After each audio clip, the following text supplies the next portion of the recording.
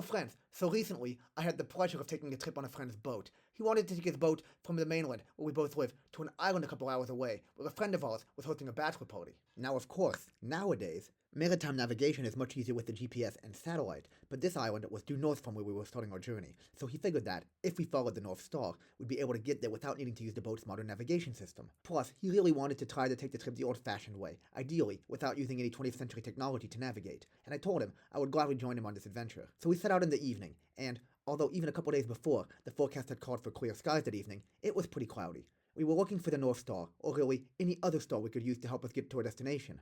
And let's just say, the situation left a lot to be desired. And it got me thinking, this whole starless predicament is actually quite etymologically appropriate. You see, originally, desire had very celestial connotations. It came into English via the old French verb désirer, which had basically the same meaning as its descendant, and was itself descended from the Latin desidero, and desidero and the associated noun desiderium ostensibly carried the same meaning as their French and English descendants, but if we divide those words into their constituent parts, then we see that both are made up of the prefix de and the noun sidus, which denoted a group of stars, or constellation. So basically, the word desidero literally meant from the stars, in the sense to look to the stars to await what they will bring. Interestingly, most experts believe that another modern word, consider, also has the same celestial roots, and is likewise based on the notion of ancient peoples looking at the sky and gaining insight by considering the movements of the stars. And from here we can see the astrological nature of these two words' original meaning.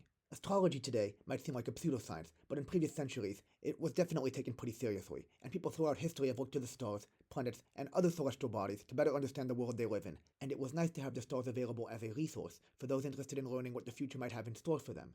And so, of course, at times, people would look to the positions of stars to try to gain some insights, and it would be cloudy, and there would be no stars, so they'd get that feeling of desiderium, that is, a yearning for their lost celestial guides. Over time, the meaning shifted from having specifically celestial connotations to just denoting more of a general feeling of longing, which the word is more commonly associated with today, in English, French, and Italian, among many others. So yeah, on the boat with my friend the other night, we definitely experienced some desiderium, as we sat in the middle of the ocean unable to figure out where we needed to go, because we couldn't see the stars that night.